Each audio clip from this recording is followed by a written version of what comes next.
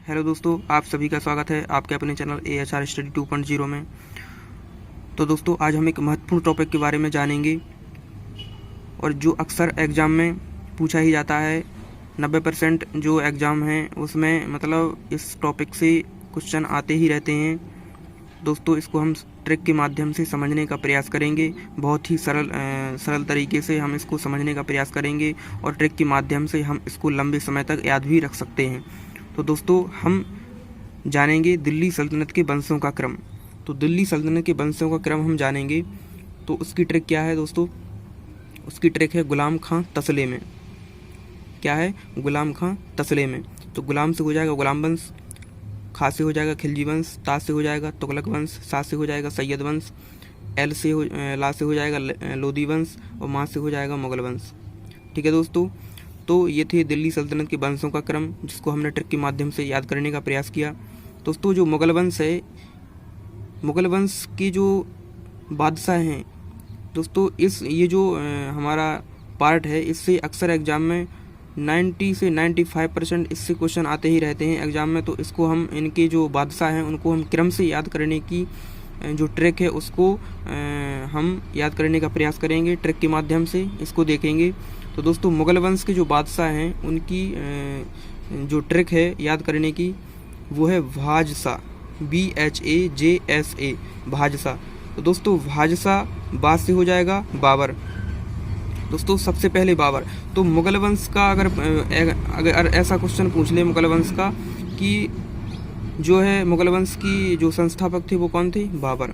उसके बाद आए हुमायूं, H से हो जाएगा हुमायूं। उसके बाद आए अकबर। उसके बाद J से हो जाएगा जहांगीर, S से हो जाएगा शाहजहां, A से हो जाएगा औरंगजेब। ठीक है दोस्तों, तो इनके जो महत्वपूर्ण जो पॉइंट हैं, इन सभी राजाओं के जो महत्वपूर्ण पॉइंट हैं उनको भी हम देखने का प्रयास करेंगे। वो भी एग्जाम में लगातार आते ही रहते हैं। तो चलिए दोस्तों, जानने का प्रयास करेंगे। सबसे पहले आ जाते हैं बाबर।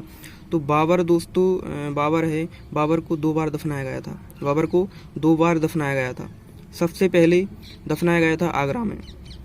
क्वेश्चन दोस्तों ऐसा भी बन जाता है कि वो कौन सा मुगल वंश का राजा था या शासक था या बादशाह था जिसको 2 बार दफनाया गया था? तो कौन था? बाबर। तो बाबर को दोस्तों 2 बार दफनाया गया था। पहला आगरा में दफनाया गया था और दूसरा जो है उसको काबुल में। दोस्तों, उसकी इच्छा थी कि उसको काबुल में दफनाया जाए, तो शेरशाह सूरी ने उसको काबुल में दफनाया। उसके बाद आ जाते हैं हुमायूं। तो हुमायूं दोस्तों, हुमायूं की जो है पुस्तकालय की सीढ़ियों से गिरकर मृत्यु हो गई थी।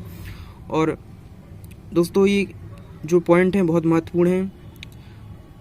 ऐसा भी पूछ लेता है कि किस मुगल वंश का जो बादशाह था जिसकी पुस्तकालय की सीढ़ियों से गिरकर मृत्यु हो गई थी? तो हमारा आंसर हो जाएगा हुमायूं।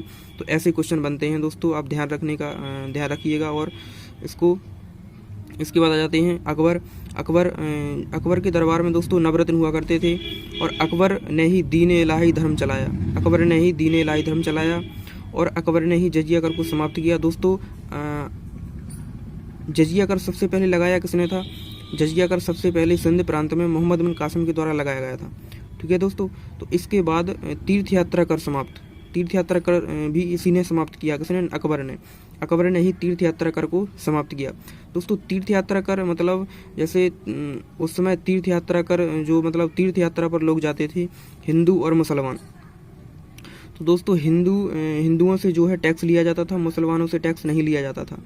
तो अकबर ने मतलब एक अच्छी सोच थी अकबर की कि इनसे मुसलमानों से टैक्स लिया जाता है, मुसलमानों से टैक्स नहीं लिया जाता है, हिंदू से टैक्स लिया जाता है।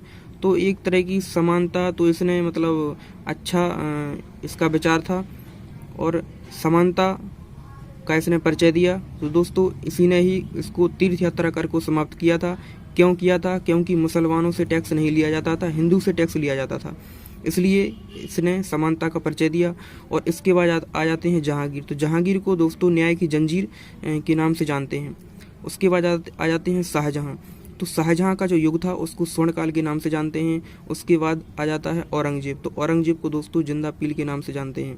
ठीक है दोस्तों, आपको वीडियो अच्छा लगा हो आपको, तो आप शेयर करें, सब्सक्राइब करें